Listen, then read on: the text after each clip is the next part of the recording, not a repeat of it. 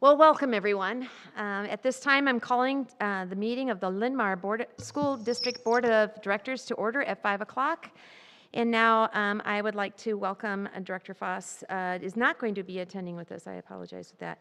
John, will you please determine a quorum? Director Buchholz? Here.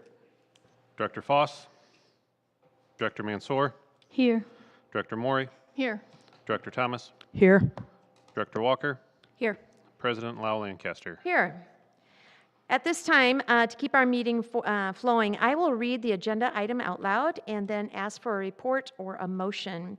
So at this time, we have item number 200, our adoption of an agenda. Do I have a motion, please? So moved. We have a motion by Britt, second by Barry. Is there any discussion? If not, may I have all in favor, please? Say aye. Yes? Yes. Yes. Any opposed? The motion carries. At this time, we have our public hearing, item number 300. Thank you very much.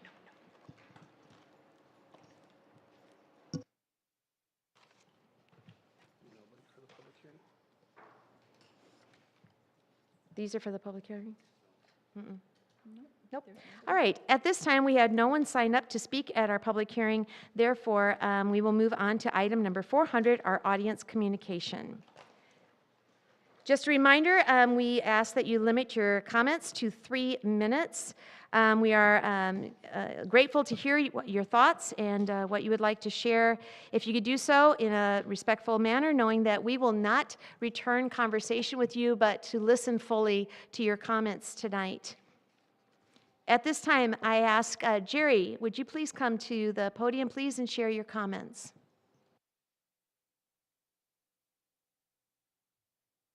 Thank you. I'm Jerry Oakland, a Linn-Mar resident. I'm opposed to the policy changes recommended in agenda item number 706. 14 years ago, my wife and I decided to move to the Cedar Rapids area. Our realtor had shown us 15 houses in Cedar Rapids. Finally, we looked at 2 within the Linn-Mar School District. One of them was just right for us. However, we were reminded that living in Linn-Mar would mean higher property taxes. Our kids were long gone, our grandchildren lived elsewhere. Still, we believed that Linn-Mar meant quality, superior educational opportunities, a wide range of services and support, teaching with an awareness of the world beyond our doorsteps.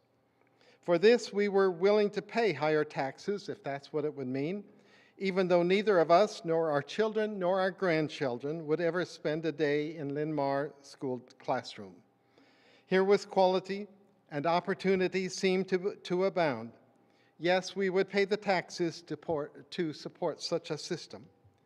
Now, however, the wonderful opportunities and the forward thinking are being challenged.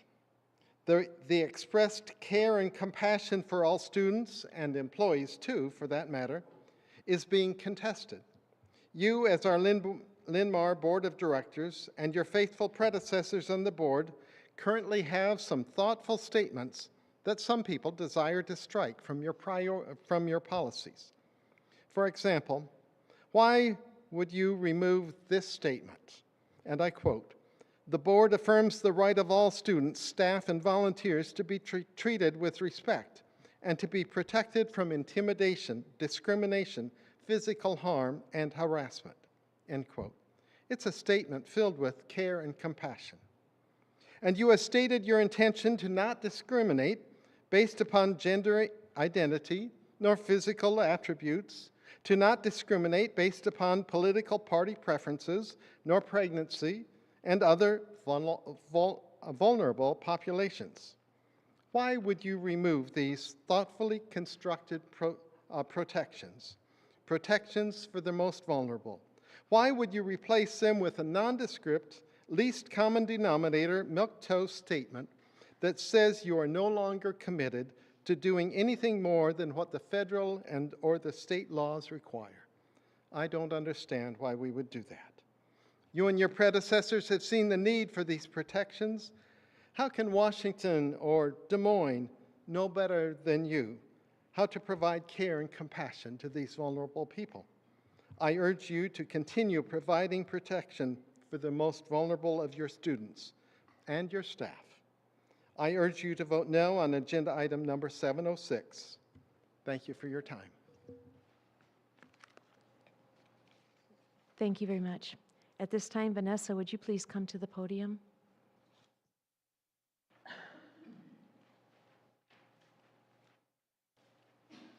Hello. Dear members of the Linn-Mar School Board and Superintendent Courtmeyer, as Linn-Mar parents, community advocates, and residents deeply invested in the well-being of all students and staff in our district, we write with urgency and care in response to the Policy Committee's recommendations to remove gender identity from various district policies as referenced in Agenda Item 709 from the continuance of the June 9th meeting. We urge you to reject these recommendations. Doing otherwise would send a damaging and deeply disheartening message not only to transgender and gender diverse students and staff, but to families considering moving to the district and to anyone who believes in the promise of equal protection for all. By prioritizing the comfort of the majority over the safety of the most marginalized, this policy signals that some students and staff are less worthy of protection. What message does that send? That if you're seen as different, unpopular, or a challenge to the norm, your safety is negotiable? That anyone who strays from what's deemed acceptable might be next to lose support? This isn't just a policy decision. It's a message about who belongs, who matters, and who must hide to survive. As was stated during the public comment on June 9th, it is unclear why you would feel the need as a board to take these actions. It appears you were advised to do this because of the state and/or federal actions this year. If this policy change is in response to state-level legislation, we must remind you, Senate File 418, which removes gender identity protections from Iowa Civil Rights Code, does not require school districts to adopt the same regressive approach. There is no legal mandate compelling Linn-Mar to remove these vital protections from our local policies. In fact, acting prematurely before the Iowa Department of Education has issued interpretive guidance could unnecessarily expose the district to litigation. Transgender students and staff retain rights under federal law, including Title IX and the Equal Protection Clause. Recent federal court decisions, including rulings that struck down key parts of Iowa's Don't Say Gay law, make it clear that the judiciary continues to hold up the rights of transgender students. Local courts are increasingly sympathetic to student claims of discrimination, and rightly so. If instead the Policy Committee's recommendation is a reaction to federal executive orders, it's important to understand that those orders do not mandate the removal of gender identity from school district policies. Many components of these executive actions are still pending legal review, and no authoritative guidance has been issued to direct such sweeping policy changes at the local level. To act now without legal necessity and without clear directive would be an act out of fear or political pressure, not principle or law. Let us instead listen to students, staff, families, community members, and advocates who have long asked for compassion and consistency. Removing gender identity protections does not make our schools safer. It makes students and staff more vulnerable to discrimination, to exclusion, to bullying, and to harm, both emotional and legal. We implore the board, stand on the side of care, clarity, and courage. Reaffirm your commitment to protecting all students. Delay Vanessa, any I'm action sorry on to these interrupt, policy but your 3 changes minutes until is legal up. obligations are fully clear. Thank you. Thank you. Thank you for your comments. Iris?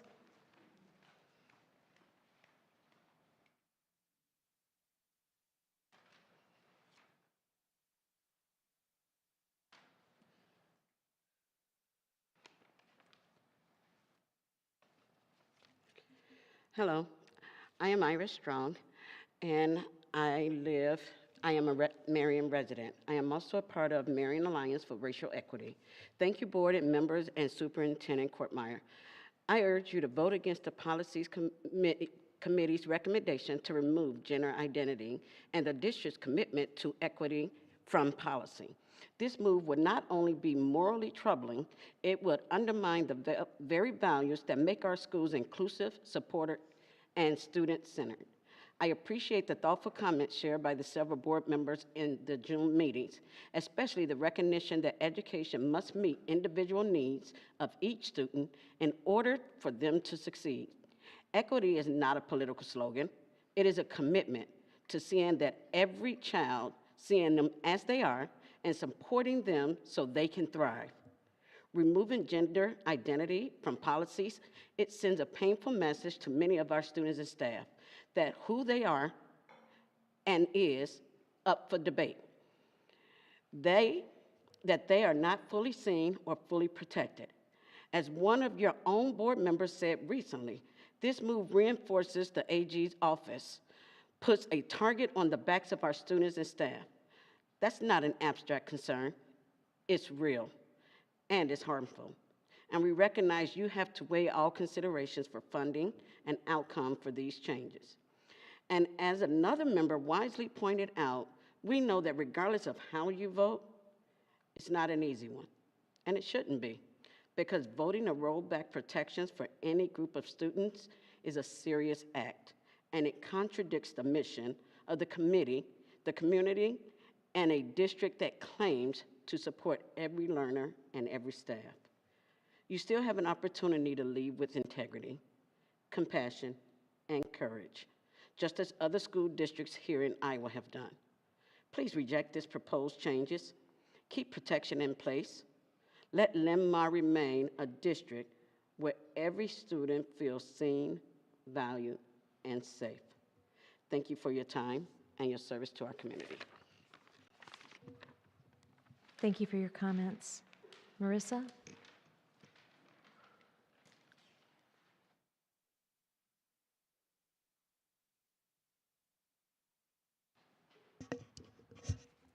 Hello, I am Marissa Grace. I'm a part of MAR. I wanted to say thank you, members of the Linn-Mar School Board and Superintendent Kortmeyer, for taking the time to listen to our concerns. From the June 9th meeting through today, as well as for your ongoing consideration of policy committee recommendations. As a parent and resident of this district, I am here because I care deeply about every student and staff member at Linn-Mar. I know that you share this commitment. That's why the proposed removal of gender identity from district policy is so troubling. It's more than just policy change. It's a message about who is valued and who is not. To those in support of maintaining gender identity protections, would you please raise your hands to show this board the strength of our shared support for trans and non-binary students and staff? Thank you. I understand there are political and financial pressures at play from both the state and national level. I also understand that there may be ways to preserve some protections internally. Still, we urge you, please do not compromise essential rights under pressure. We see how difficult these decisions are, and we appreciate your thoughtfulness in navigating them. We also recognize our responsibility. As community members, we must continue to push back on state leadership that seeks to erode civil rights for vulnerable groups. That said, I still do have a few questions that I hope you will address in your discussion. What has changed since June 9th that now justifies these policy shifts? Are you confident that moving forward without clear guidance from the Department of Education won't expose the district to legal risk or public backlash? What specific legal mandate requires this change?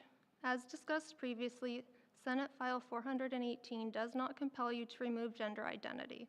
Meanwhile, federal law, including Title IX, continues to protect transgender students. Of course, legality is only one side of the equation. We must also ask, what is the moral message we send to our students, staff, and families? That they must conform to feel safe? That being different is dangerous? To be clear, we all want Linn-Mar schools to be secure in funding, resources, and public trust, but it's hard to see how stripping protections from a marginalized group will accomplish that. I hope you will explain in detail how you intend to ensure all students and staff still feel supported and protected. Because when we remove protections, we are not remaining neutral. We are signaling that some student and staff safety is negotiable, that their identity is up for debate. I urge you, stand with courage, with compassion, with common sense, keep gender identity protections in place. Let Linn-Mar remain a district where every child belongs and every staff member is respected for who they are. Thank you. Thank you for your comments. Anna?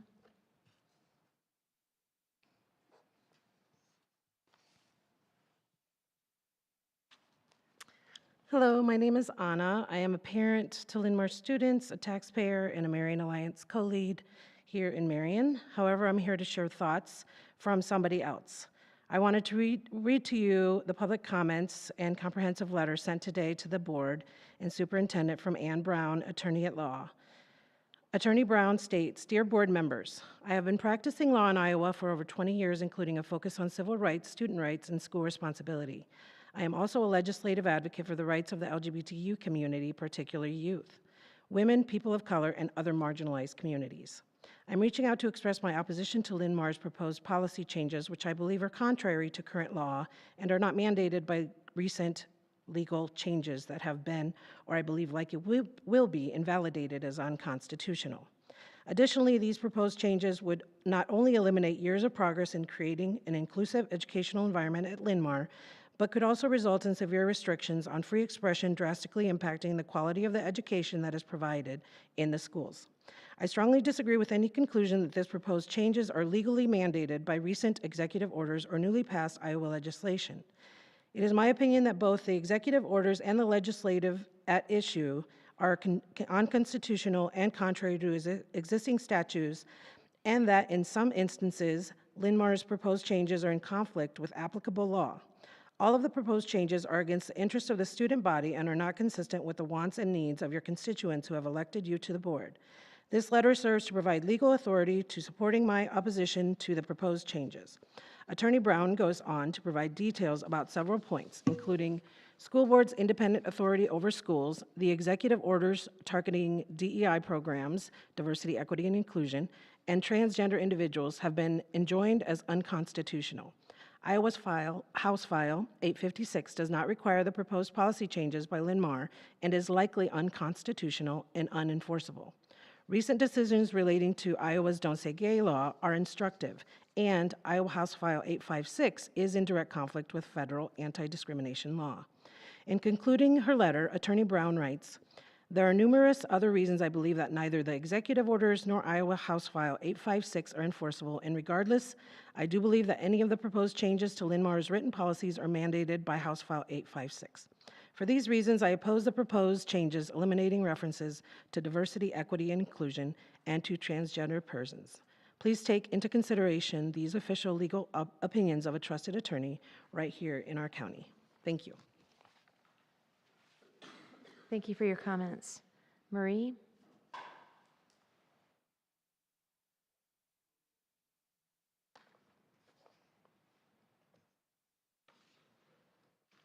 My name is Marie Krebs. I'm with Great Plains Action Society. I drove from Iowa City to come and speak to you all today because I believe that our children are sacred, even if they are outside of my city limits, if they don't look like me or, do the things that maybe I think they should or shouldn't do. Children are sacred, period, and should be protected. And therefore, I am here speaking against the attacks on the freedom of our children's identities and expressions. I remember reading in the paper that there was an attack on some LGBTQ plus students here at a homecoming parade, and I thought, geez, that's horrible. That's horrific.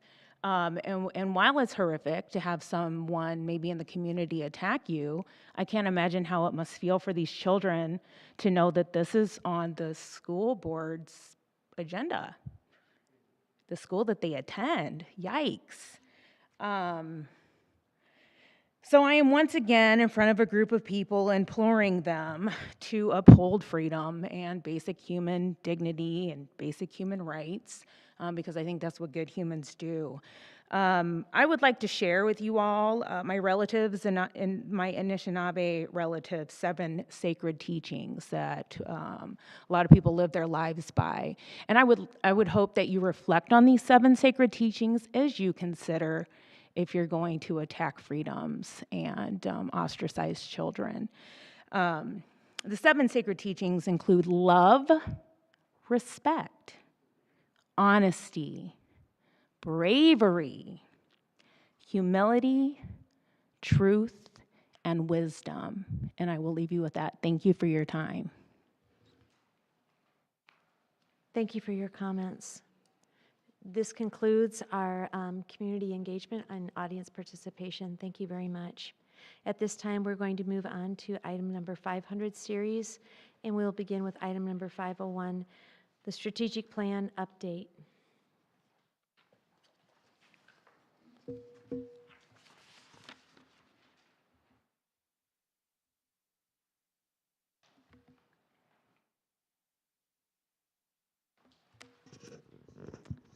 Good evening, Board of Directors, and those with us tonight in person, as well as those that may be watching online.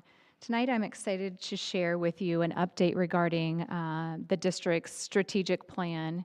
And the focus of tonight will be to review the 24-25 short-term goals and our progress towards those goals this year. So just to step back a moment here, during the 2022-2023 school year, the board and district administration worked together through a year-long process to develop a strategic plan for the district that is overarching and goes from the time period of 2023 to 2028. It was passed by the board ultimately in August of 2023.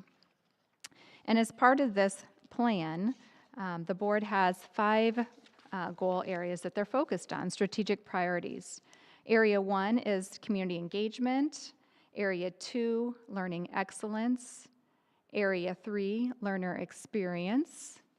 Area 4, people and culture. And Area 5, resource management. And the way that we look at this plan is we set short-term goals each year, as well as think about what are those long-term goals that we're trying to achieve. And as we worked through the plan in the first year, we had to develop sort of what we would use in the way of metrics for progress. And you'll see that here in front of you right now, which is we evaluate ourselves based on, are we still in a beginning spot with that particular short-term goal? Are we in progress? Are we operational? Or do we feel like that's been complete? And just one reminder of, where we're headed for this is ultimately we would like our Linn-Mar students to be, Linn-Mar to be an educational leader that graduates engaged and prepared citizens and as a destination employer, recruiting and retaining the highest level of educational professionals. These successes will be accomplished through focusing on creating opportunities, engagement, and welcoming and inclusive environment. So as we think about our first goal area, community engagement, it's around advocating for and supporting and investing in Linn-Mar. We have some overarching themes that include an advocacy plan for advocating, legislative advocacy, strategic communications, and looking at enrollment trends. So this past year, for short-term goals, we selected a few of those items, and 1.1 and 1.2 we coupled together, and we said we wanted to make sure that we work with the board to set those legislative advocacy priorities and then coordinate with stakeholders and awareness of and participation in key legislative events. We also talked about 1.3 that we wanted to create some feedback loops from key stakeholders and creating some communication resources to ensure that we have understanding and alignment and provide additional avenues to explain district funding. And then 1.4, evaluate different aspects of survey data and to inform communication efforts and operational decision making. So as the cabinet and I reflected on how we did around these goals, we felt like 1.1 and 1.2 were completed. Last August, actually during this time period, July and August, the board was talking about and then setting legislative priorities. We'll begin that discussion for next year, tonight already. You established those in August, and then they were shared in person with visits to legislators. And for the second year in a row now, we hosted legislators to Linn-Mar to an event in December. We also attended the annual Day on the Hill event where we shared back our legislative priorities. And then in the midst of all that, kind of at the early stages, after the board approved their priorities in August, we send those over to our UEN counterparts, ISFIS counterparts, Iowa Association of School Boards, so that our voice can be heard there, and our sentiments around what legislative priorities are shared with those entities. And then they can help carry that forward as well during the legislative session. Our next item around feedback loops from key stakeholders and communication resources. Some highlights there. There are several things that we did this year that aren't noted here. For instance, we are utilizing the Marion Messenger a couple of times a year to help spread the good word about not only our school district, but in partnership with the Marion Independent School District as well. But we keyed in our, highlighted here are 4 Lion Learning sessions that we had with stakeholders over the springtime. That included a session on the proposed tax levy rate, and then 3 sessions related to potential updates for an indoor activity center and related athletic renovation projects. And then 1.4 was thinking about what survey data that we have or utilize or want to glean to help inform some efforts. We did work with our building principals to collect some information from them and the district's leadership team, and that we continued for the 2nd year in a row eliciting information from our parents about their choices to open enroll in or out, and that helps then inform some things that we might want to tackle both internally or externally as far as enrollment. Before I move away from that goal area, is there any questions or anything that anybody wants me to expand upon there? I have a question. For the, for 1.1, 1.2, it's noted as complete. I'm just curious if you could describe or explain, if something's marked as complete, does that mean that that work will not continue, or just that we feel like the goal has been met, Yeah. or that what we had identified for the for this particular year was met? Yep. I know that one of the things that we had talked about was trying to engage the community in advocacy work and engage the staff in understanding and learning how to be independent individual advocates and things like that. And so I'm just curious how those pieces move into the future. Yep, that's a great question. So I would say to that, we absolutely felt that we met some of those goals, maybe not the latter pieces that you're talking about. I would say that when we come back and share with you the 25, 26 short-term goals, you're going to continue to see some of these come back again. And, you know, we feel good about what we're doing, but how do we extend beyond the events that we're hosting for legislators in district, going to them, maybe the key events that they're having around. But like you said, Melissa, one thing that we didn't do this year was necessarily work with our own internal staff about what they might be able to do in that arena. So we might still in future years see some of those activities. It's not that we're not going to do Absolutely. any of that stuff in Absolutely. the future. Okay. Yeah, I just want to get absolutely. that clarification. Thank you. Melissa, or Sort- Laura. Sort of a question, but first, in regards to 1.3, the feedback loops, I just also wanted to highlight how in the last when you take a look at the last 5 years, we have made so much progress in outreach to staff, like Linn-Mar staff and community, with regular newsletters, both internally and externally. Yep. Including that Marion Messenger, and definitely applaud those efforts. And I can tell that Linn-Mar leadership understands that there's still some communication. So that's like internal going out communication, but that we're trying to find that right magic combination of how we can get feedback from staff, from the community, and how they can be empowered. So I'm hoping that we continue to work on this in the 25, 26 goals, because we've already made so much progress, and I know we're going to keep working to improve that. Thank you for that, and I appreciate you recognizing what we've done in the way of staff and parent communication, and then with the community with the Marion Messenger.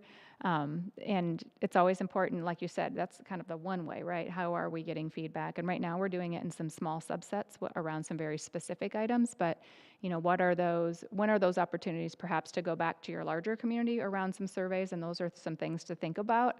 One thing I think about is our long-range needs assessment. We've got a policy on that, and it's been a little while since we've gone out to the broader stakeholder group. I think probably the last time that was done is through this work on the strategic plan itself. And so it might be time to go back to the stakeholders for something like that again. Thank you. All right, goal area 2 then is on learning excellence. And this one really has a lot to do with teaching and learning, curriculum, student achievement, that sort of thing. So you can see some of the highlights there with it's talking about standardized assessments, curriculum, high reliability school framework. I'm going to mention that piece later here in my superintendent's update. We've got a couple of schools that have received some new certifications, so we're excited about that. Technology integration, and then career and college preparation. As far as these short-term goals, I think you'll continue to see us wanting to have similar goals year in and year out, as we know we've got an overall target with Iowa assessments to, we want 100% of our kids to be proficient, absolutely. But looking back in the day at what might be a stretch goal, potentially realistic goal for us to hit. We're aiming for 85% with Iowa assessment scores. And so we've kept this goal the last few years, that whether it's our K2 kiddos that aren't quite using the Iowa assessments, ISASP, formerly the Iowa assessments yet, how can we monitor their progress, or using the Iowa assessments, what might we want to see there. So we're aiming for 3% growth for reading and for math for all students. We like each of our individual buildings to think about their subgroup scores and how might we move some of their subgroups that aren't as proficient as others. So we set a higher target there at 6%. You're going to see a data package come back in the fall like we did for the first time last, I believe it was October, where you're going to see a lot of data there, whether it's ISASP, FAST, ACT scores, condition for learning. You're going to get more of the in-depth look. I would tell you that early indications, we already have our FAST assessment data back. We saw reading scores increase in that K2 group from 76% last spring proficient to 78%, so we're excited about that. Math, we saw stay stable from 76% a year ago to 76% with that group this spring. With ISASP right now, we've been given some student level data. We have student level data. We have grade level data. We don't have data that combines everything together into district level data. Certainly, as we parse through and work towards getting you all that report in the fall, we'll have that. Also, the parent portal, as far as I know, is not open in Power School yet for parents to see those scores. I think the Iowa Department of Ed was hopeful that that was going to be available by the end of June, but we have not heard from them yet. We're also monitoring, and so we're calling that in progress.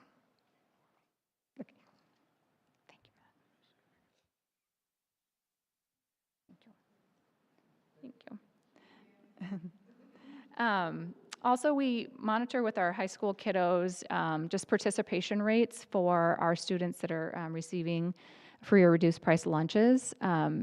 For, what does their participation look like, and can we do some work to try to increase participation for them? So we've got it listed out where we've increased some participation rates, and then where actually rates have decreased. But this past year, increased in the amount of students taking college courses, AP in college courses, and in venture academics from the previous school year. But we did see a decline in those students that are participating in internships, job shadows, and ACT testing from the previous year. Questions about that? And like I shared, you'll be getting a more complete package in the fall.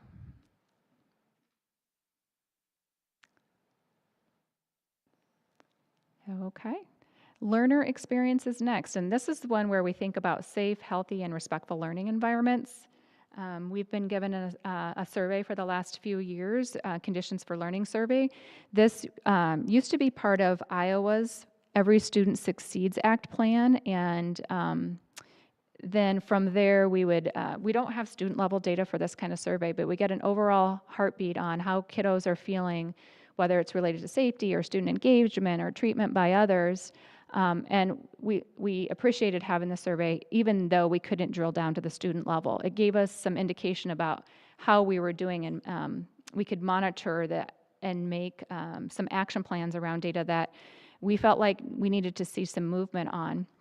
The thing I would say about this is when the Iowa Department of Ed rewrote their Every Student Succeeds Act plan for the federal government, they're no longer including the Conditions for Learning survey.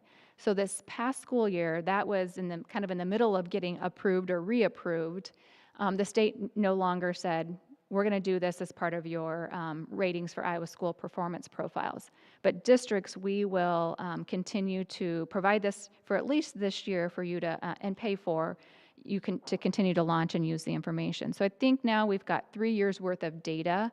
I would tell you, because it was not a required survey any longer, we saw our participation rates dramatically reduced. We had to go out and seek parent permission for the survey because it wasn't required any longer. And at the 6-12 level, we saw that participation rate drop from almost 100% to about 10% of our students taking that survey this past year. And then at our 3rd through 5th grade level, we saw that decline to about 19%.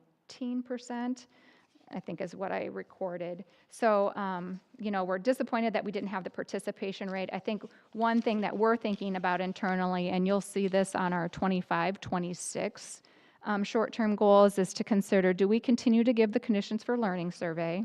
I think there's a lot of desire to continue to do that because we have some years worth of data now that it's nice to have a baseline and see if you can get improvement there. But we would certainly need to do a lot more work to encourage our families then to sign up for, to allow their students to take that. One thing we did is we had the parents go through Power School to provide that permission, and that might have been too much of a stretch or too much of an ask, doing something that maybe is more hands-on or front and center. So that's just something that we're considering right now. Right? Could we get permission when they register, when everyone's used to all of the forms at the beginning of the year? Could that just, instead of having to go back in mid-year, not everyone remembers to go into Power School even when you get an email? Yeah, it's something that we can definitely consider. We have to go back and revisit those rules that were set out in the previous legislative session. Some types of surveys require a tighter window of, like, you've got to ask within a 2-week period. So that's something we need to revisit. Certainly it's something that we have thought of. I would share then with that, well, I'll just continue to kind of talk about our overarching themes quickly before I share some of our results. We've adopted Character Strong in the last few years and have been working as a K-12 system to get that implemented. Of course, top of mind is always student engagement. We know engaged students are going to perform better. And then student supports, thinking about our counseling team out there. So if this past year, we wanted to continue to improve our conditions for learning survey composite results, utilizing Character Strong, and then promoting student engagement opportunities through building newsletters, and then asking the counseling team to continue to work towards going through the first step and applying for that in the ASCA model there. So with 3.1 completed, and again, this is kind of to Melissa's point, like we'll continue to think about how we survey and how we get information from our kids to make sure that we're providing a great environment for them to learn and play in and grow in relationships. 5 categories are measured with that: adult to student, boundaries and expectations, emotional safety, physical safety, and student to student relationships. In our grade 3-5 students who participated in the survey, again, about 17% participated. All 5 of those areas, the Linn-Mar schools were outperforming the regional data. And so regional would be looking at other school districts within Grantwood AEA. And students in grades 6-12, again, that participation rate was around 10%. They scored at or above regional comparison data in all 5 categories as well. So that felt good to see that. And then as far as Character Strong implementation, K-8 continues to implement tiers 1 and 2. So tier 1 would mean all students are getting access to lessons within Character Strong.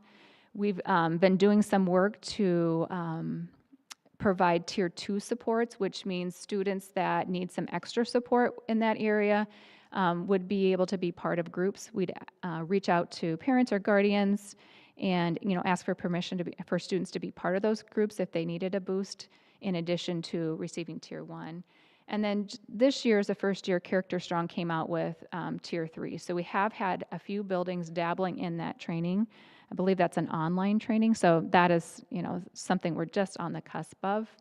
912 has had conversations over the last couple of years around responsibility-centered discipline, and so they're really trying to take a look, the instructional coaches along with the building admin, not to completely erase the headway that they're making around responsibility-centered discipline, but how can they connect some character-strong lessons to that work? And so that team is invested in that look to be able to hopefully bring some of that to reality this coming school year.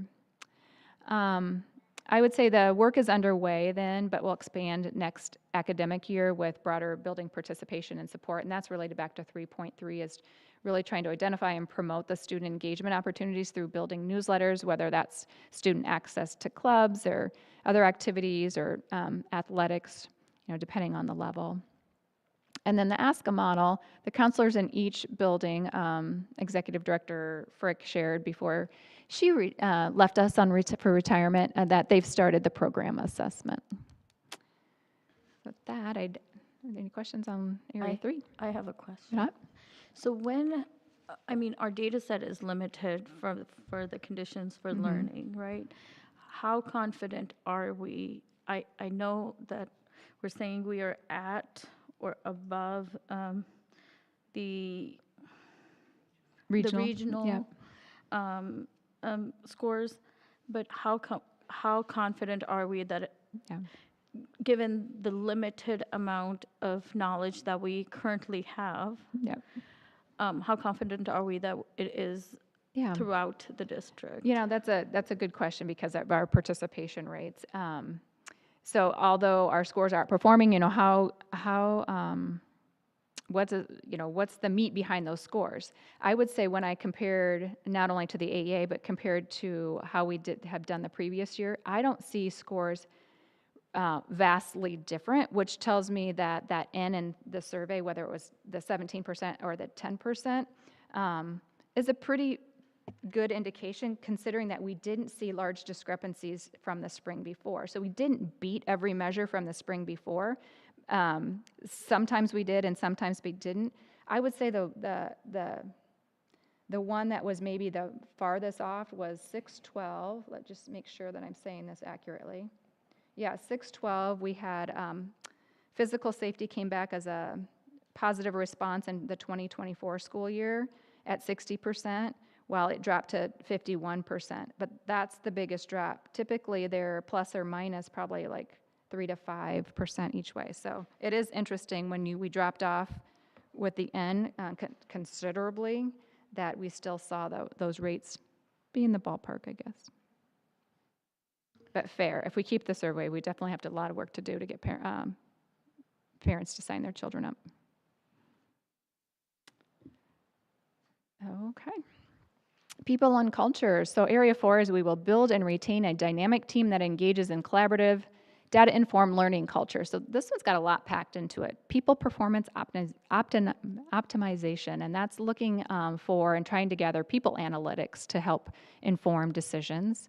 Recruitment you see here, workplace satisfaction, recognition of employees, employee relations, communication, and then employee learning. This last school year, excuse me, our goals were to look at the human resources and business departments to have those two departments evaluate a human resource information system, HRIS, not only to help with ensure turnover, retention, other relevant staff data is available and accessible, but position and process efficiency is there. We combined 4.2, 4.3, and 4.4, and we talked about retention in there and what we would do to target specifically some hard-to-fill positions. And for us, that was special education in particular over the course of last year. And then, of course, our staff are critical to our mission, and we want to make sure that we're focusing on their health and well-being as well.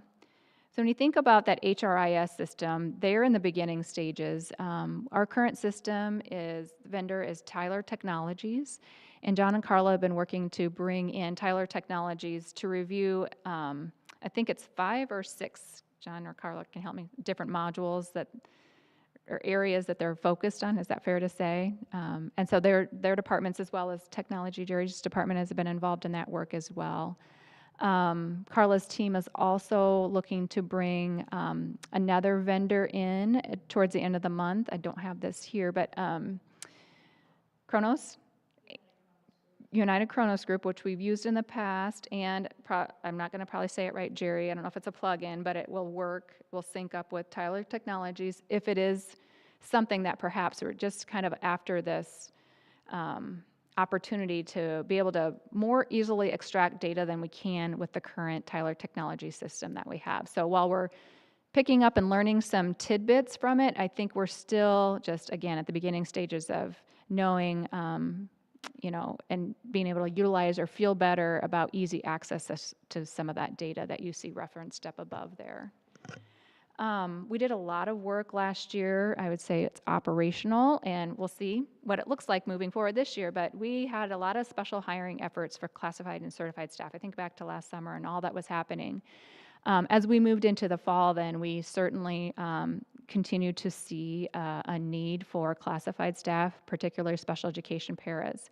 We started out the year roughly 30 paras down, and with all the recruiting efforts that were happening over the summer, early in the year, we knew that wasn't enough. And so we started having conversations internally with the business and the HR departments, and then eventually with finance and audit, and then eventually with the board to think about what can we do more here. And we really settled around these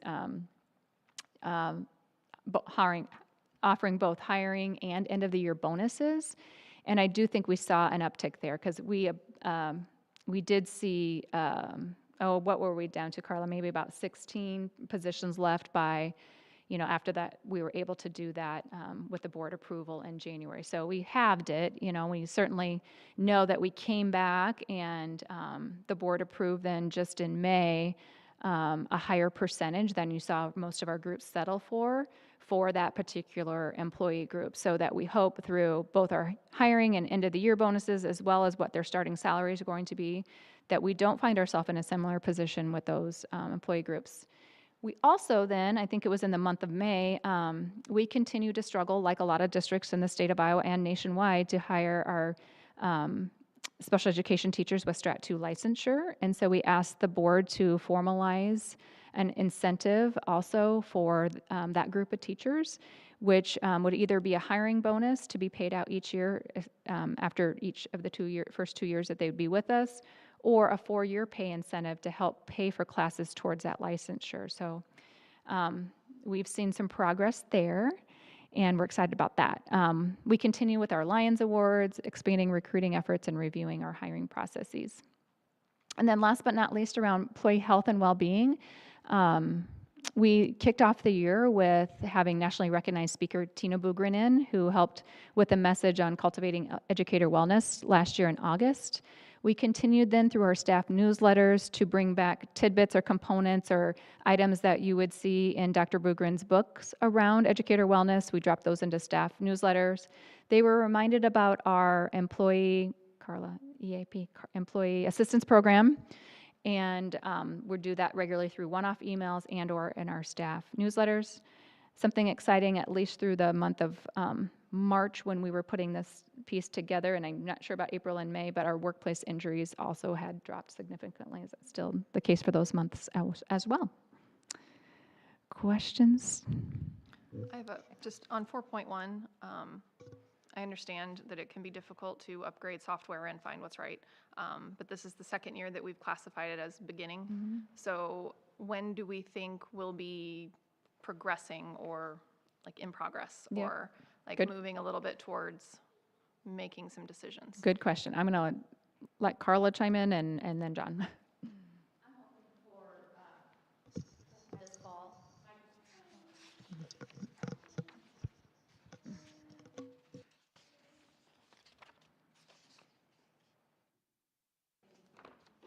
I'm hoping for this fall. We're going to take a look, like Amy said, at UKG, see what that has to offer. And one of the biggest things that we're looking for right now is to have a system that will provide HR with what they need, as well as finance. And so whatever we choose has to work well with finance as well. So we're getting there. It's a slower process than what we'd like, but we want to get the right system in place when we can. No, I was just curious because I absolutely know, like, if you pick the wrong software and then you move forward with it, disaster. It doesn't work, or you have to constantly ask for it to be fixed. And we want to try and avoid that in as many instances as possible. So, Yes, for sure. thanks. And I- can you, sorry. I was also going to comment in like joy that 4.1 is starting to like, oh, we're looking at this one or this one, because I know that's been a pain point, gosh, since I got for a while. A very long time. And so happy to hear that's moving forward, and I guess I cheer on the efforts. Hopefully over the summer you're able to take that time when school's not in session to make some real progress on that. So go. Anything else you would add, John? I would just say from my vantage point, I haven't had a ton of experience with this. I would say in the couple school districts that I worked in previous, it is a challenge to find something that both sides of the business office and the HR office love. We went through some trial and error in a previous district with that too. So it is not an easy solution. So if anybody's out there willing to create the perfect HRIS system, we would be interested. All right. Area 5, resource management. This talks about long-range planning, master facilities plan, facilities security, and operating efficiencies. Our goals then for last year were around updating a 10-year facility plan, prioritizing projects based on funding and enrollment, completing key projects as part of the district's overall facility plan, and then implementing the safety measures that have been being funded by the school safety grant. So 5.2 is in progress. We have an updated 10 years facility plan that's been drafted and is pending review, and John kicked off the first facilities advisory committee a couple of weeks ago, and so we're going to continue to use that group to put in place what I'm going to call kind of a rolling or a dynamic 10-year facilities plan, because we know that the best documents are living documents, and that they should continue to be evaluated on a year-to-year basis.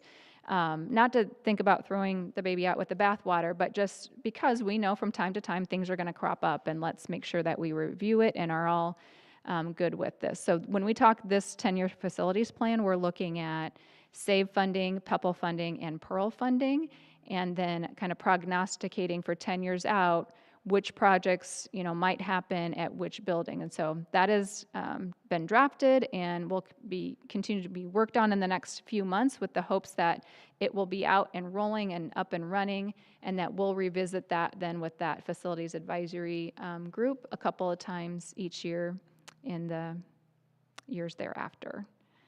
As far as facilities then, the former Learning Resource Center, we've renamed through the student work and work with Renee and some high school administrators on now calling it the Academic Excellence Center. It underwent a $1 million renovation to better export the expanding needs at the high school, including just tremendous growth with venture academics programming.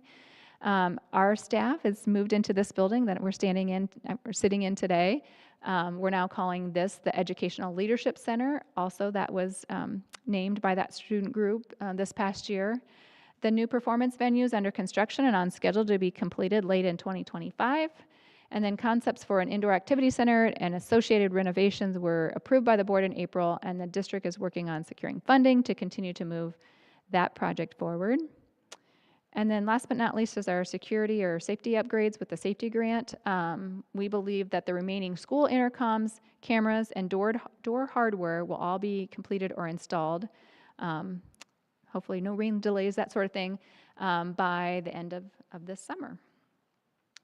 Questions around Goal 5? I know there's like a goal for all the buildings to be at a certain, like to check the box on certain security measures for each thing.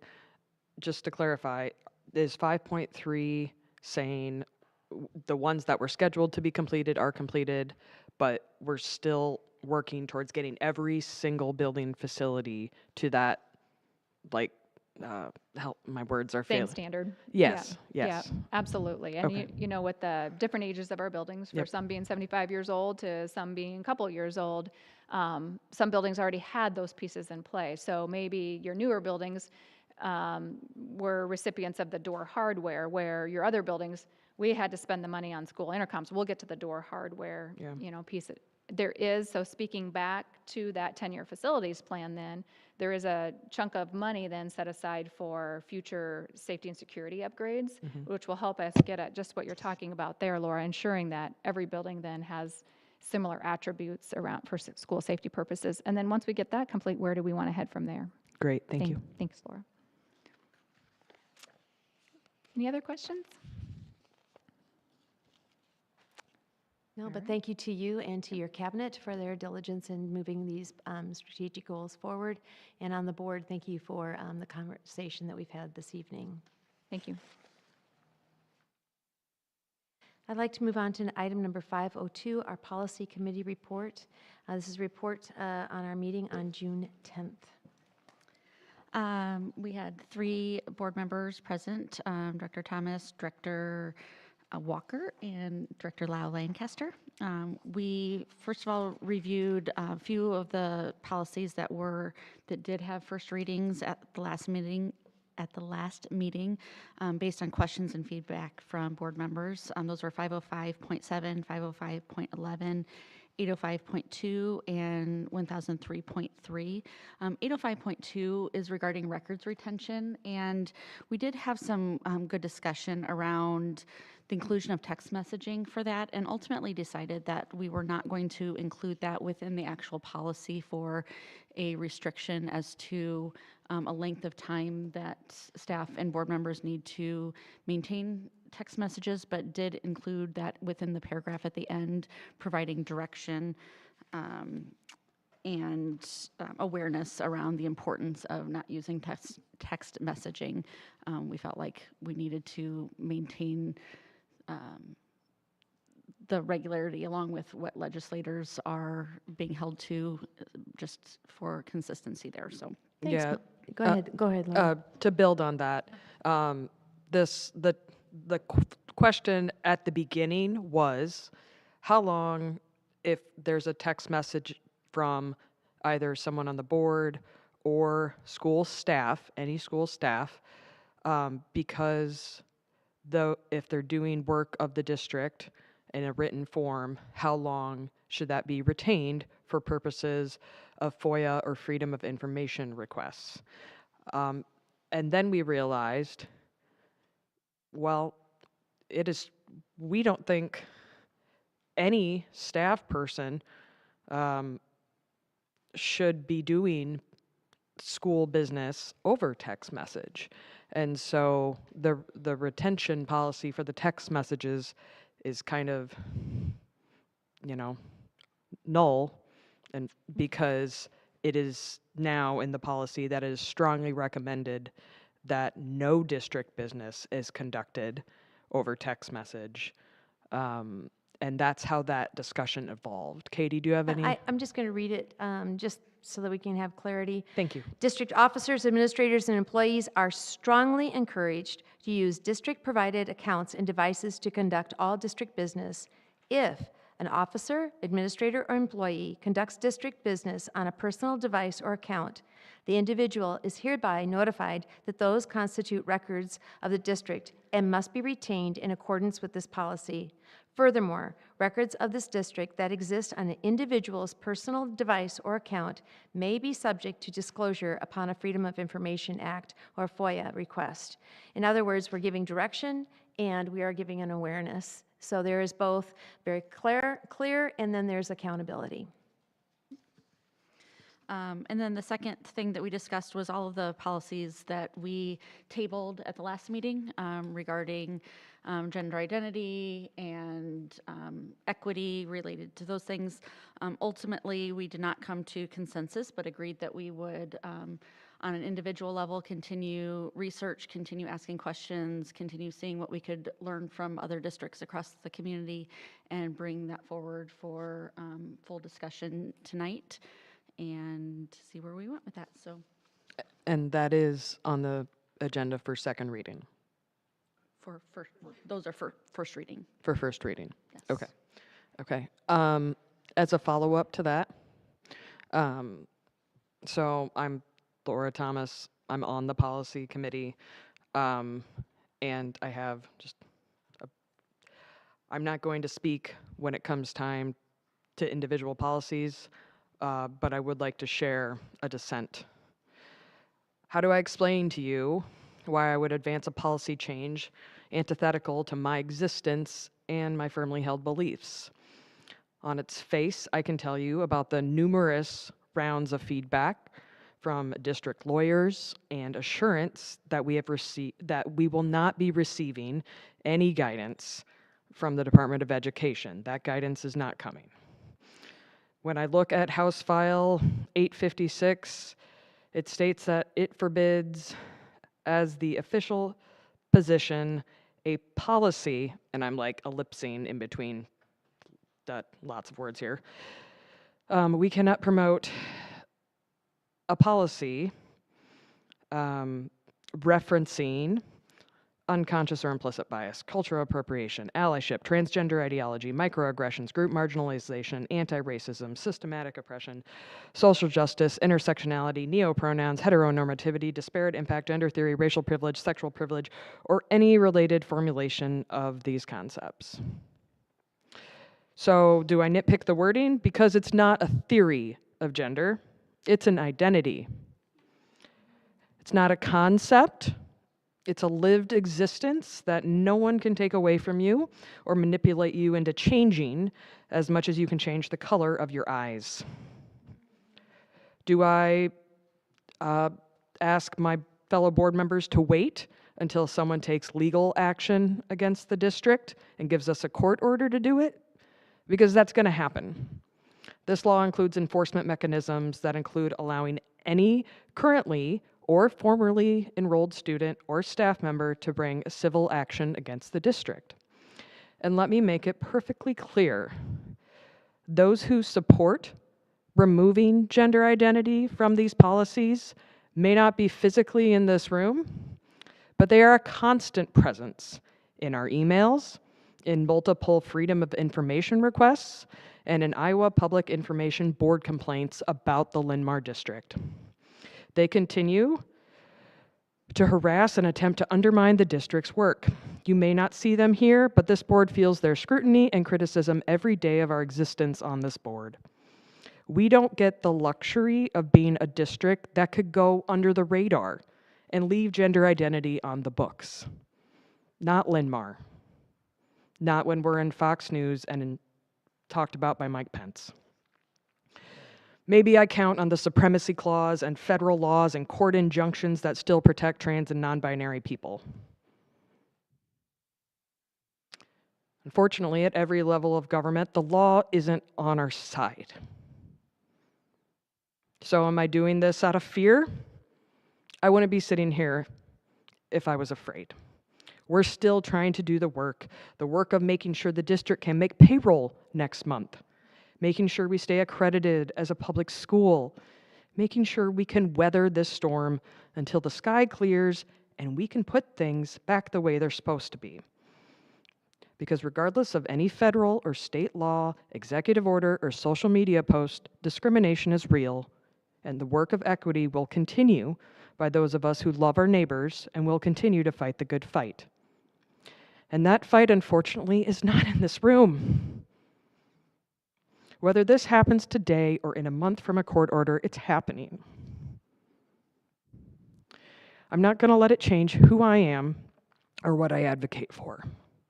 And you better believe if I'm still in this seat when this law gets changed back, I will not rest until a special board meeting is called when we make it clear in policy that when we say we are Linn-Mar, we mean everybody. Thank you. Thank you for your heartfelt and very dedicated comments. Just my only 2 cents, we have dedicated hours upon hours in policy committee meetings, and I thank my fellow board members who have taken time off from work, taken days of vacation, have deliberated on all these policies that we are going to be bringing forth. It is a lot to consider, and so we will, when there's no further conversation about our policies committee report at this time, we will move on to item number 503, Marion City Council report. So, I couldn't personally go to the meeting, but I went through the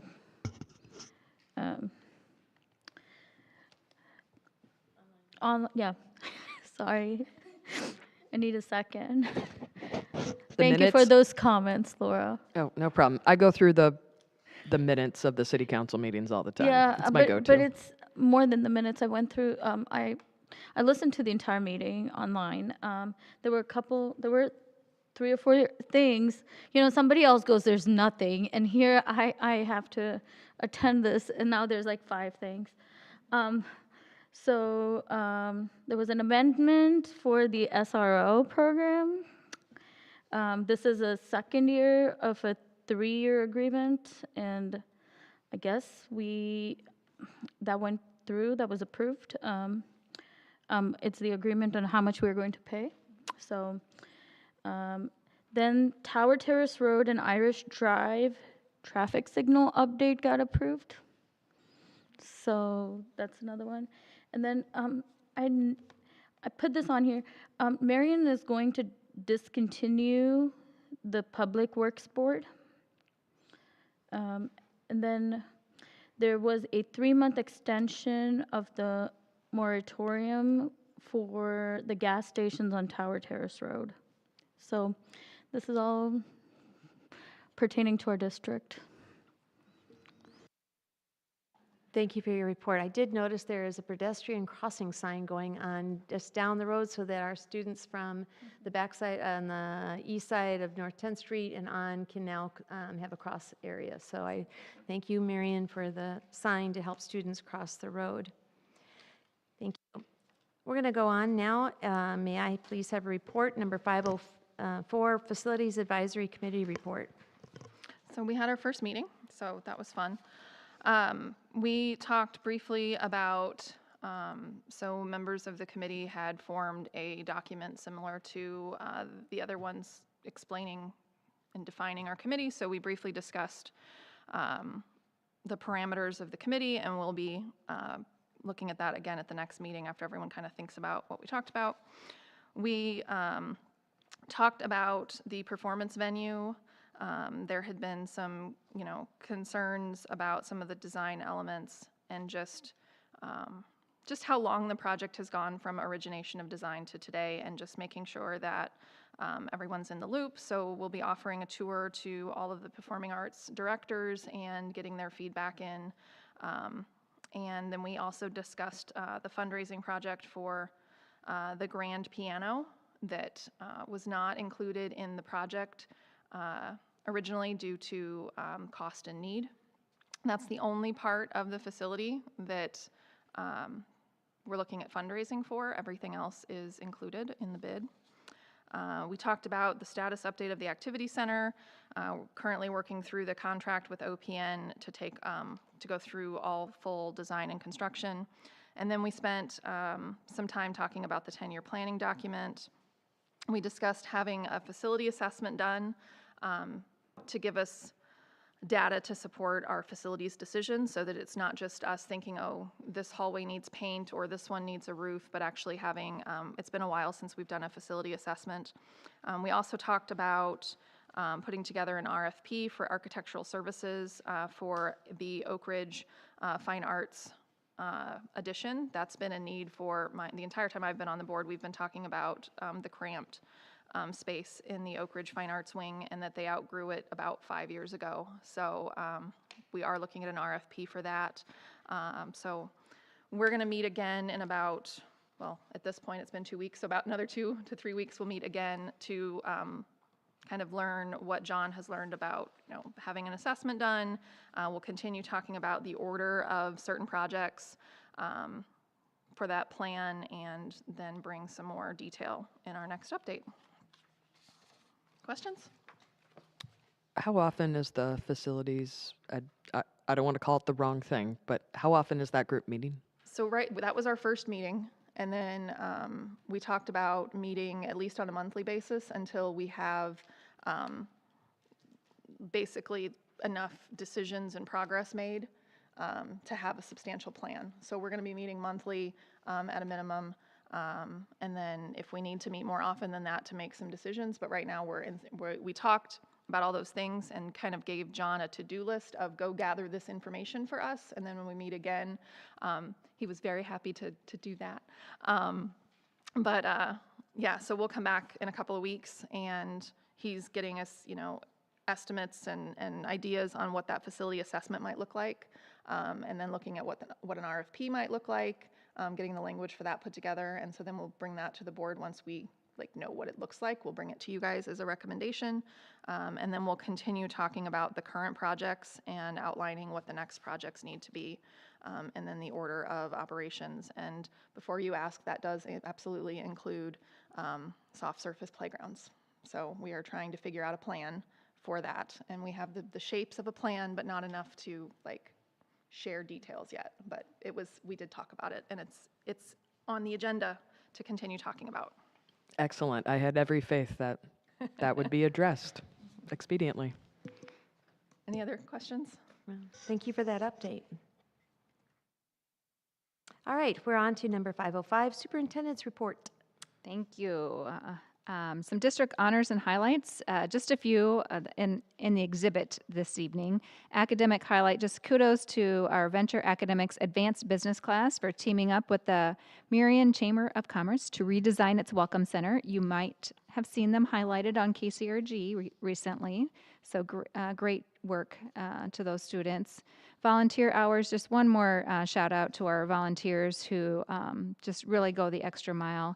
We shared the 100+ hours volunteers during this past school year, and want to recognize Matt McDowell, who recently received the Governor's Volunteer Award for contributing nearly 1,200 volunteer hours over the past 9 years. And then national recognition highlights to a couple of our buildings. Kudos to Excelsior Middle School and John Christian for being recognized for its sustained success to raising student achievement. Excelsior was one of 5 middle schools in Iowa to earn this honor due to their work or their commitment around professional learning communities. We like to call them PLCs. And then a little while ago during the strategic plan update, I talked about our buildings receiving certification in high reliability schools work. And this past year, 3 of our elementaries achieved level 2 certification. And those teams were Bowman Woods Elementary, Lynn Grove, and Wilkins. So congrats to their staff for working so hard to get those honors. We appreciate you and all the work that takes. And then as we officially turned the calendar to the 25-26 school year last week, with that comes welcoming our new administrators. I'd like to recognize one that's with us tonight, and that's our new Executive Director of Student Services, Ann Faber. We're so glad to have you with us, Ann, with Melissa Frick's retirement. But last week we recognized saw Chris Feckner seated in the new role of high school athletic director, having come from the assistant or associate athletic director role due to Tanya's move over to the girls athletic union. We hired Dan Hamas as the associate athletic director, onboarded him last week as well. Lori Manley's moving from Lynn Grove principal into the elementary teaching and learning director role. We've hired, with Carla Reese's retirement, we hired Chad Lang as the high school director of teaching and learning with Mark Hutchison's retirement. And then with Lori's move from Lynn Grove into elementary teaching and learning director, we hired Colleen Fangman as the Lynn Grove principal. And we shared with everyone a few months ago that Amy Bowman is the new principal at Indian Creek with Kelly Kretzmer's retirement. So it was fun to have all of them in the building last week and start to onboard that. So I met with them, Carla and Nathan has met with those folks. We'll continue to have our cabinet members meet with them individually and onboard and welcome them. Just a couple of updates then regarding facilities projects. We've talked about these a little bit tonight already, but just specific to the performance venue, we've got stairs at the north end of the auditorium have been installed. Stairs at the south end will be installed this week, and some were installed last week. Wall framing inside the auditorium is nearly complete. Drywall installation is nearly complete at the balcony level. The south half of the auditorium floor will be poured this week. The stage floor is to be poured the week of the 14th. Scaffold installation to be complete in the auditorium. Overhead work will begin July 14th. The chiller installation is ongoing throughout July, and the concrete site work is supposed to begin the week of the 14th. And then, as alluded to just a little bit ago with the facilities report, OPN and is continuing to work with us, but specifically they're going to be working over at the high school this summer to do some field verification tests. Some upcoming events as we look out to August then is we'll welcome our new teachers on August 13th and 14th. Then we have pre-service week really beginning the week of the 18th, and we'll welcome students the 25th. So several weeks out, but it will be here before we know it. Wow.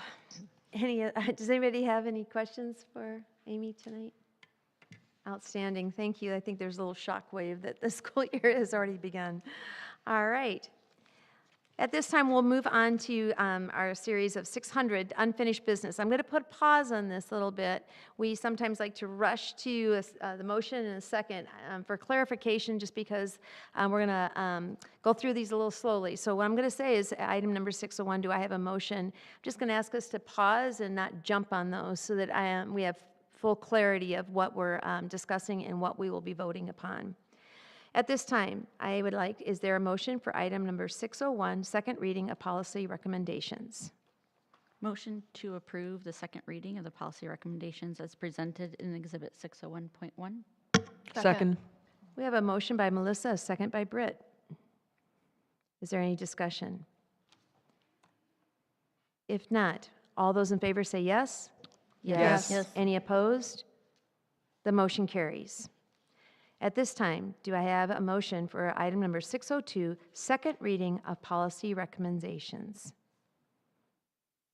I'll make the motion to approve the second reading of policies 505.7, 505.1, 805.2, 1003.3, as presented in Exhibit 602.1. Second. Clarification 505.11. Yes. Yes. My apologies. Thank you. There was a motion by Barry and a second by Laura. All those in favor, please say yes. We have discussion? Sorry. I Thanks. want to thank you guys for the explanation on 805.2 and the deep dive you did into the retention records and the recommendation that the policy states that we just should not be doing district business on personal devices. That was my request at the last meeting. I want to thank you guys for digging into that, for especially realizing that that does not hold true for any other elected official in the state, and I do think that that matters and that we should be following suit with what other people do, but not just elected officials, but everyone in the district. So I want to thank you for taking the time to go through that, because that was my biggest concern there, is that just don't do business through text message and you're safe and there's nothing to worry about. So thank you for that. That's all I wanted to say. Thank you. Is there any other? If there's no further discussion, at this time, all those in favor, please say yes. Yes. Any opposed? The motion carries. We're now going to move on to our Series 700 new business.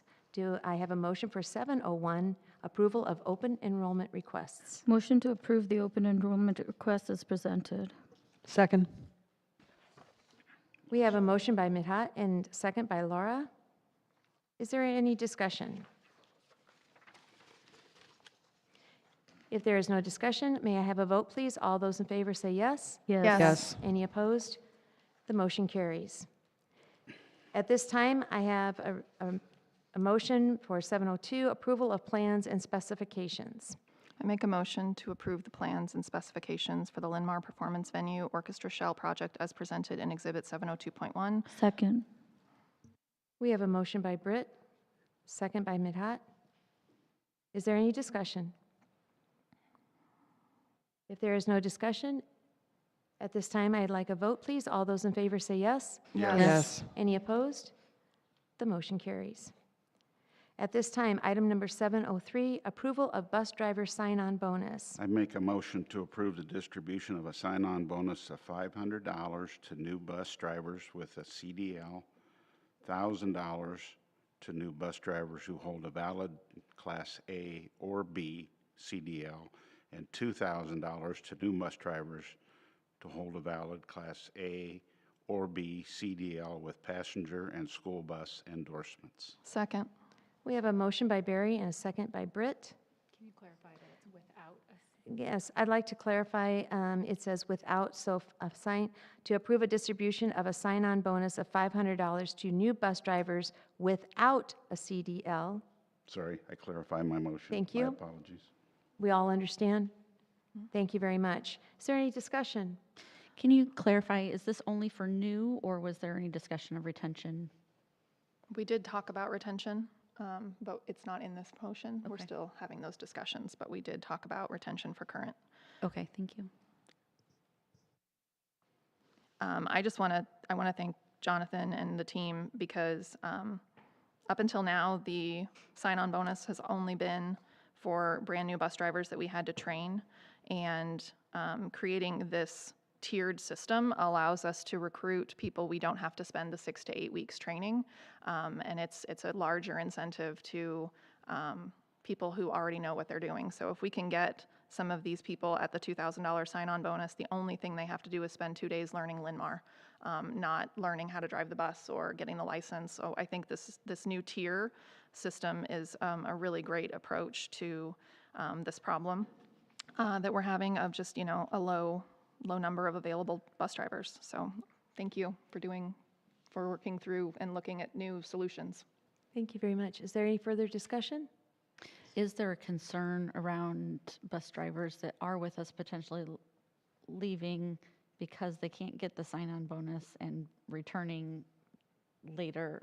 I'm just wondering how that will work if they leave and then return. And Yeah, that was, excuse me, similar question that Brett had asked too. So as part of the retention side, those are conversations we're going to have. so those are still continuing and could potentially be coming forward for. Yep. Okay. So not a part of this motion, but will be considered by that team. Is that correct? Thank you very much. Is there any other questions for clarity? If not, we have a motion on the table by Barry and second by Britt. All those in favor say yes. Yes. Any opposed? The motion carries. Item number 704, approval of resolution. May I have a motion, please? I'll make a motion to approve the resolution to consider continued participation in the Instructional Support Levy Program.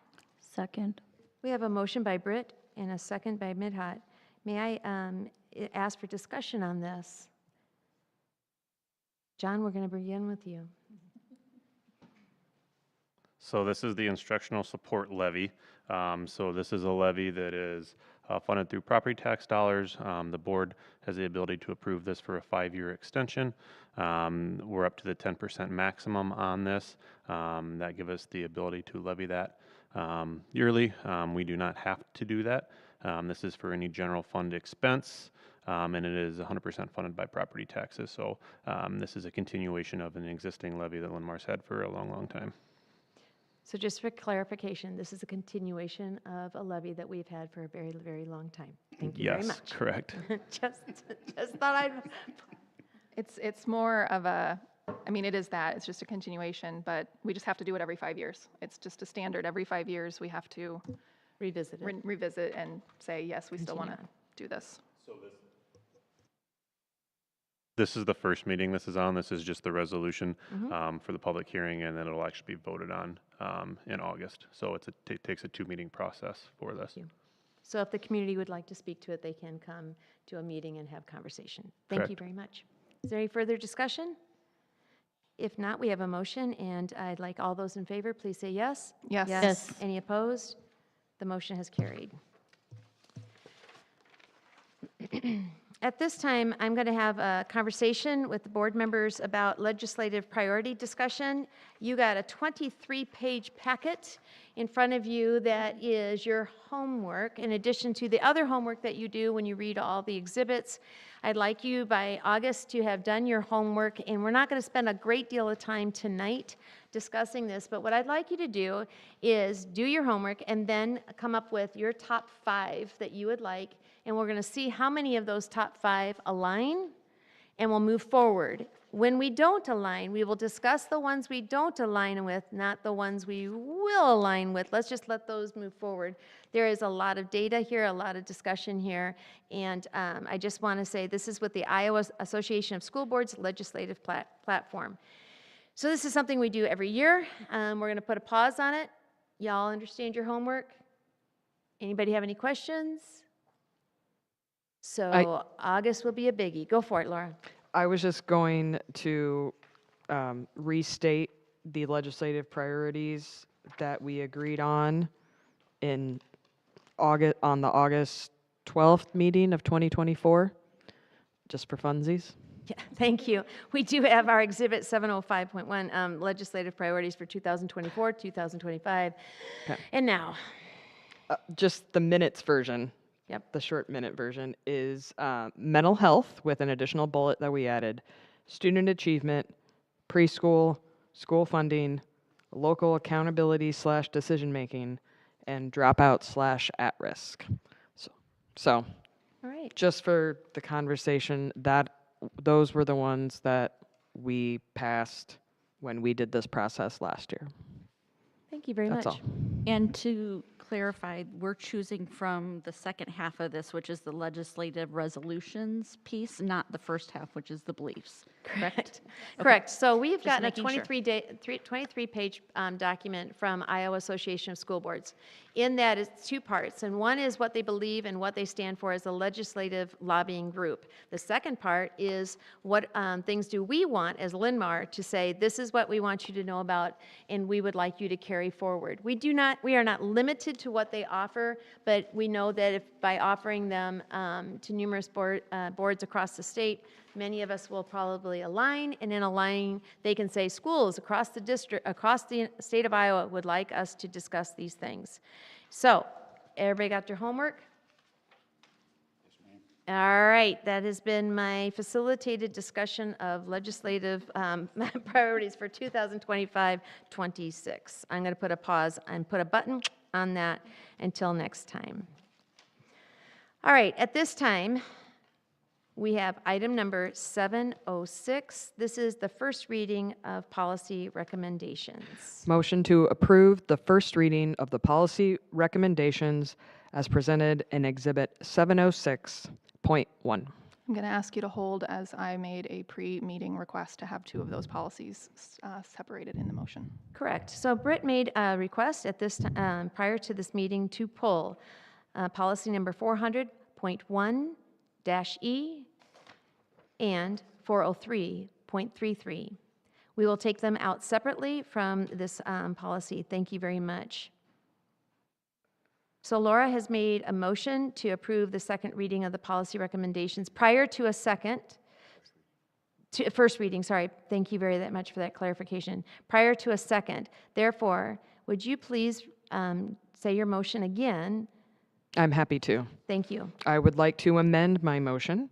You're just going to make a motion. You never had a second. So just say your motion. As Oh, it's okay. The first time we've ever heard it. I move to approve the first reading of the policy recommendations with the exception of Yes. 400.1-E 400.1-E and 403.33. and 403.33. Thank you.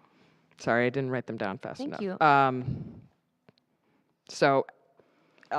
Yeah. Thank you.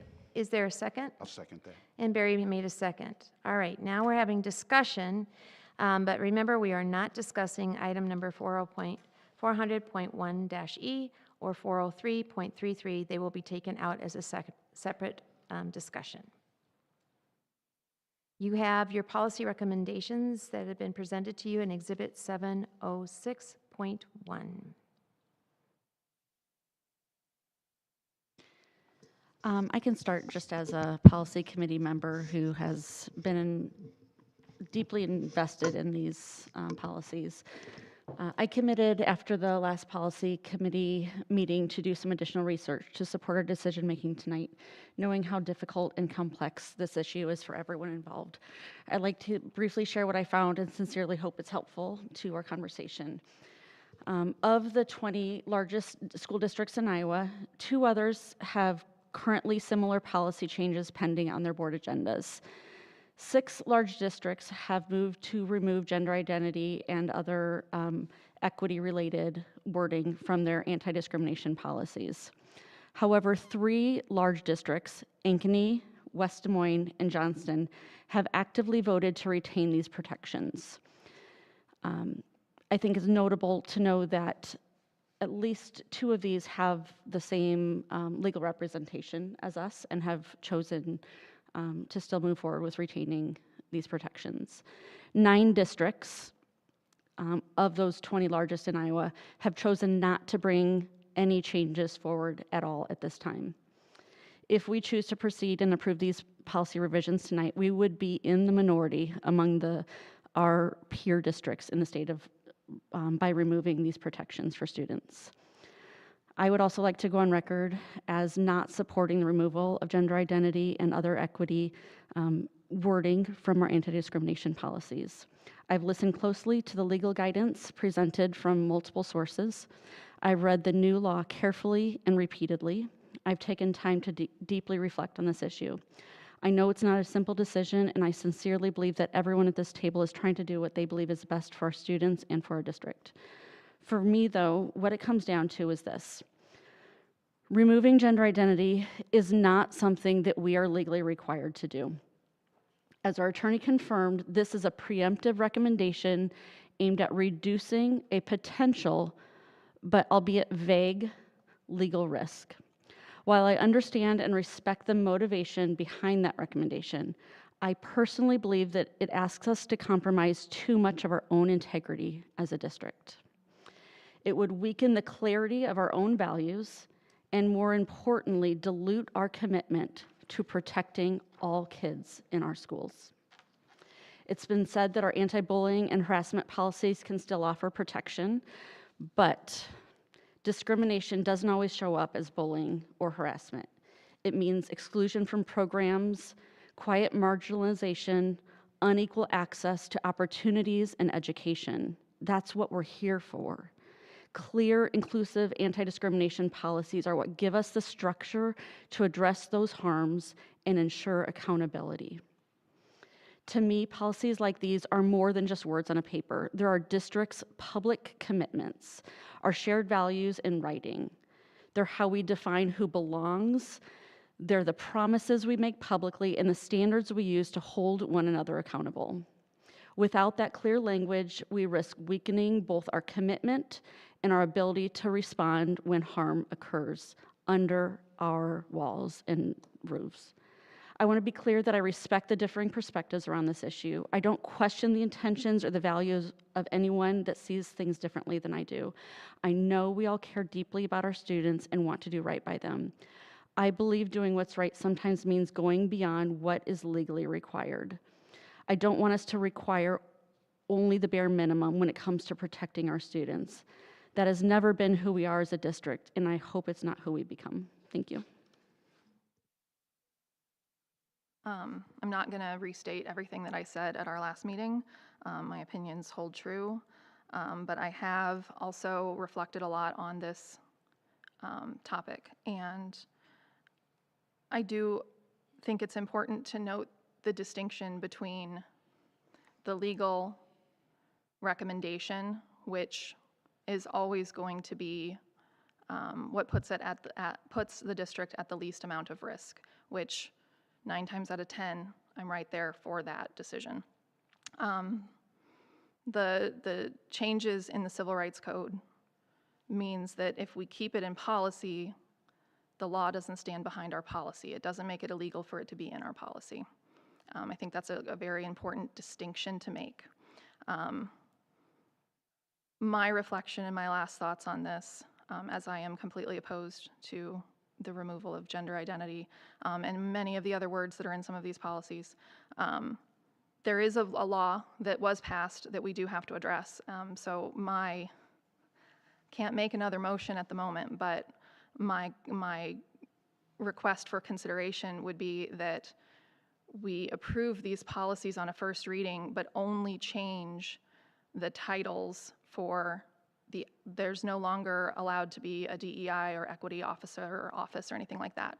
So that part we do have to change in these policies.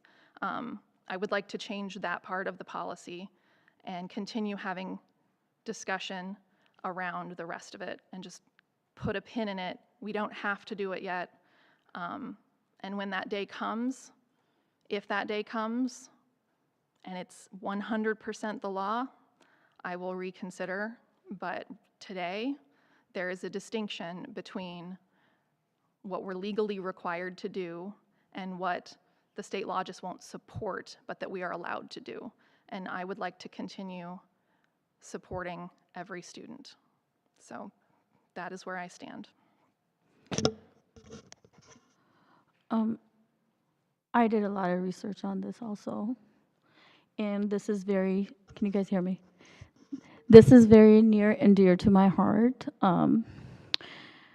We are here to support every student. We're here to do what's best for students, and I really appreciate the time and effort it has taken the policy committee to come with the wording behind it, and we are trying to be preemptive, we're just being proactive currently,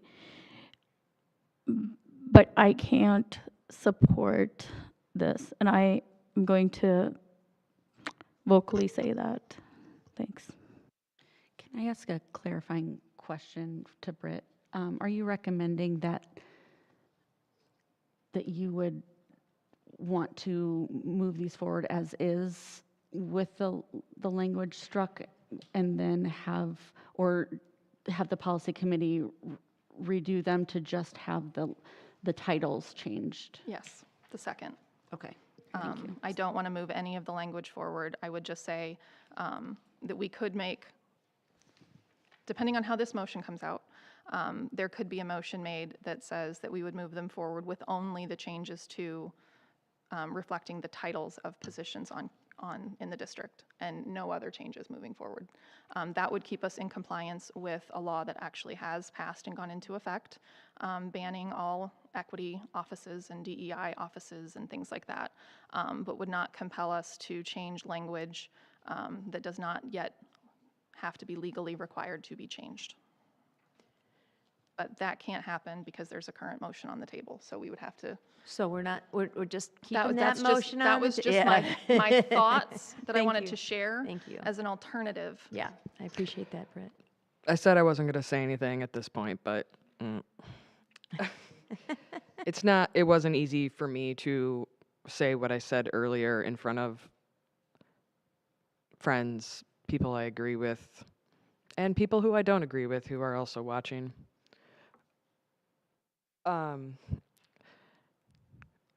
And I'm going to reiterate a couple things.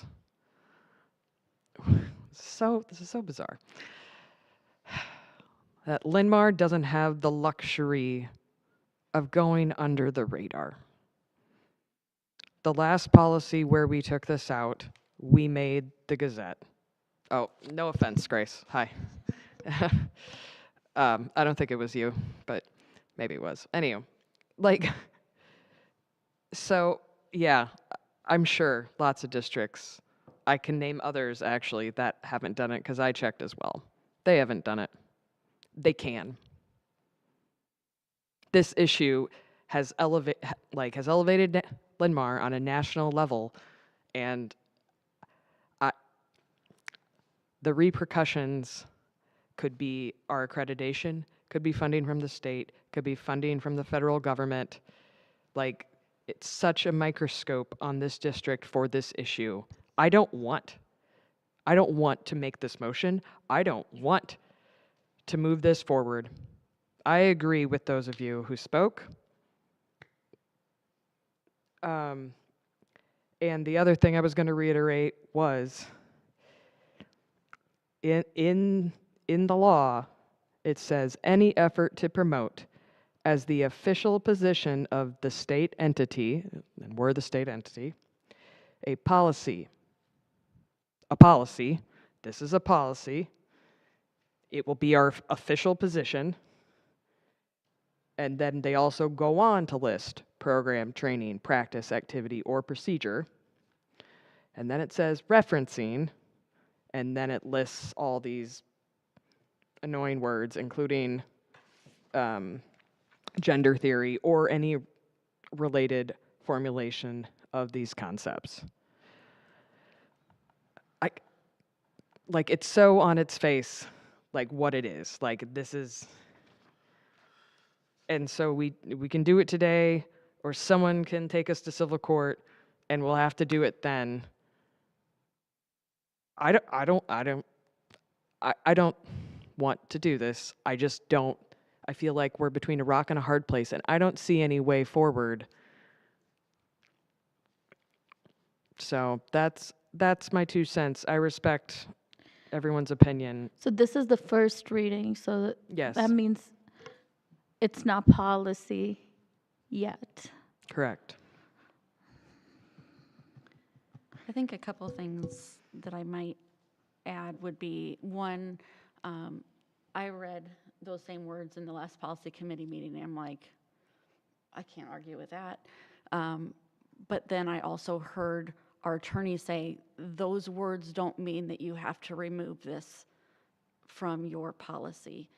And we have a very conservative legal representative who's saying, we're recommending that you do, but you're not legally required to.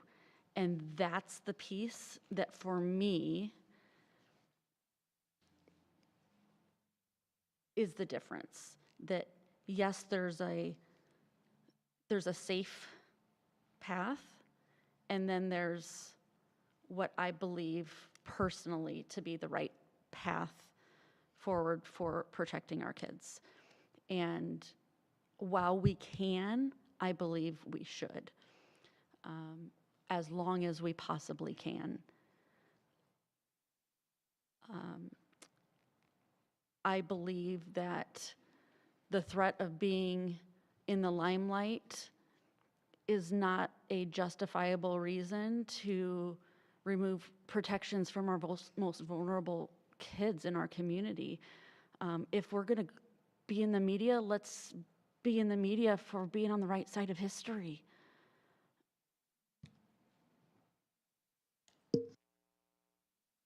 So lots of great discussion, and we have invested a great deal of time, and I appreciate that there was no diminishing of one's personal thought process and discernment, because that has come across to us.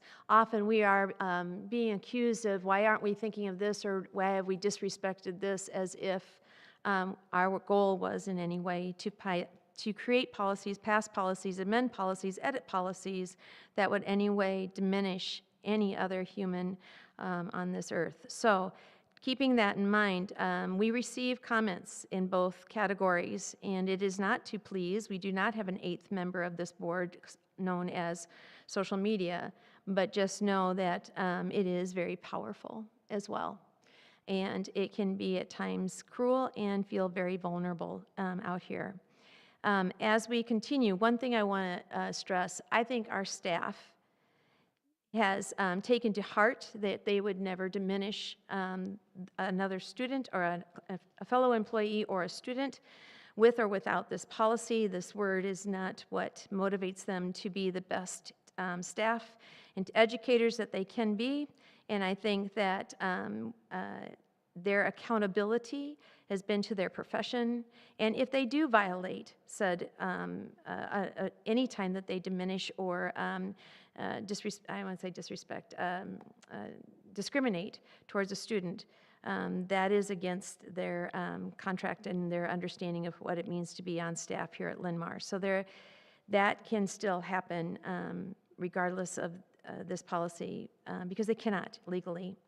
I think also I want to appreciate that we are in one of those situations where every month this keeps coming up, and we don't necessarily as a policy committee bring this forward because we agree, but other than we feel that some decision, yes or no, needs to get off our plate.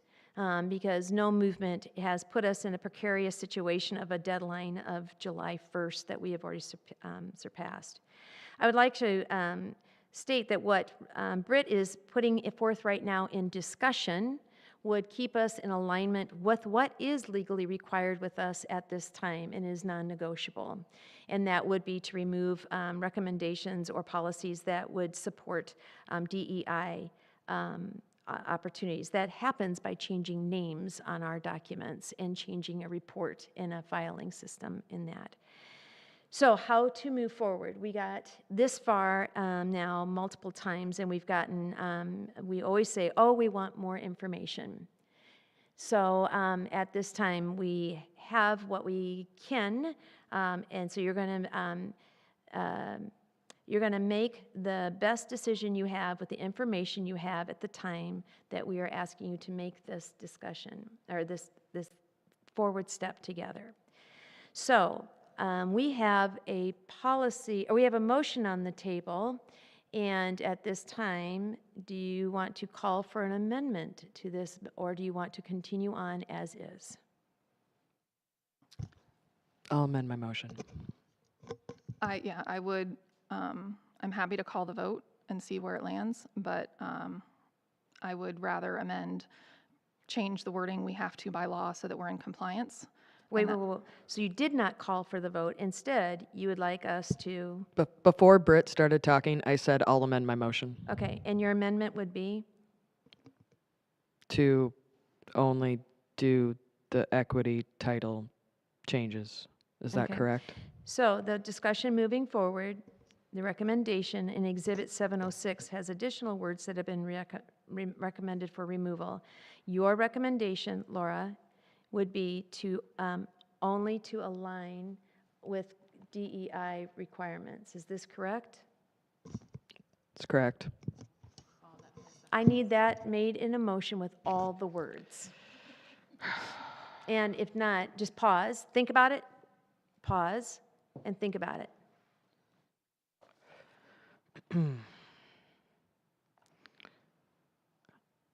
I amend my motion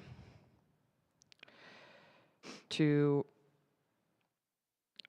approve the first reading of the policy recommendations with the exclusion of 400.1-E and 403.33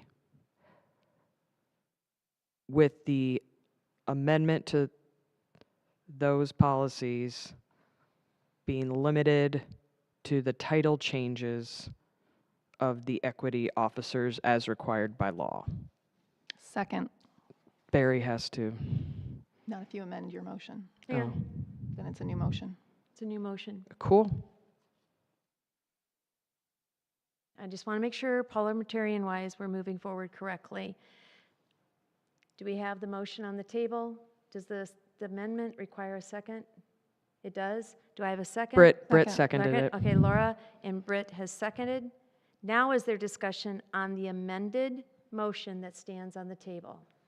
So just to clarify, all of these policies, they would move forward, but only changing the language within them that's related to the titles of the equity coordinator and no other language changes. Correct. And if Yes. I'm looking at them correctly, there would be some policies that don't have title changes that only were referencing the gender identity. So just for your awareness, when I look through quickly, 100% of them don't just have title changes. So what you're doing is you're moving forward policy recommendations, and you're stating in your amendment only to make the amendment of the title changes. Do we need to look at the policies and pull out the ones that don't have titles, Amy? I think you How about this?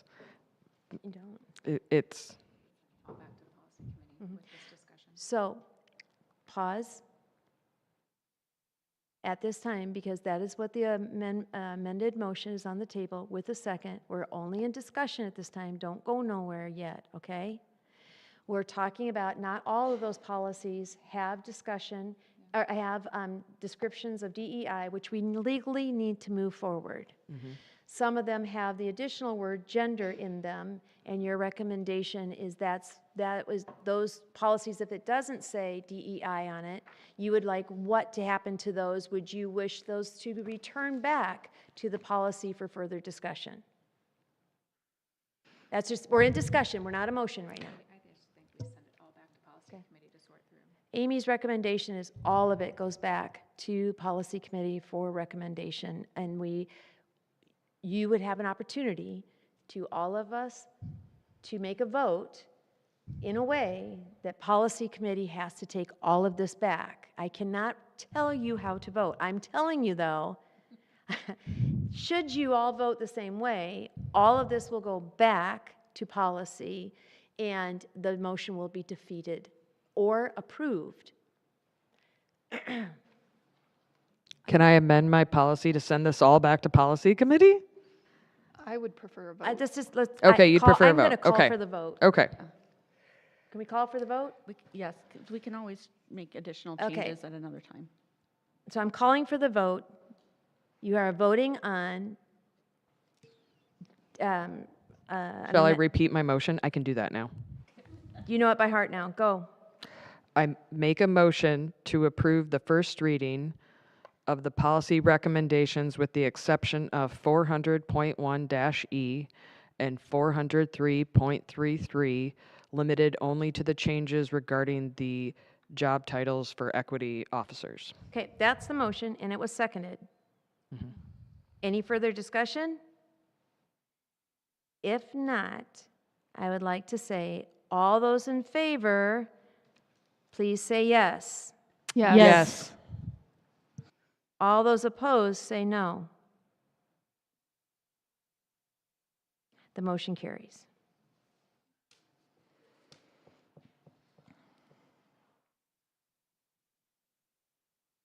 All right, we're going to now discuss items policy number 400.1-E and 403.33 as a separate from the earlier discussion, and I need a motion.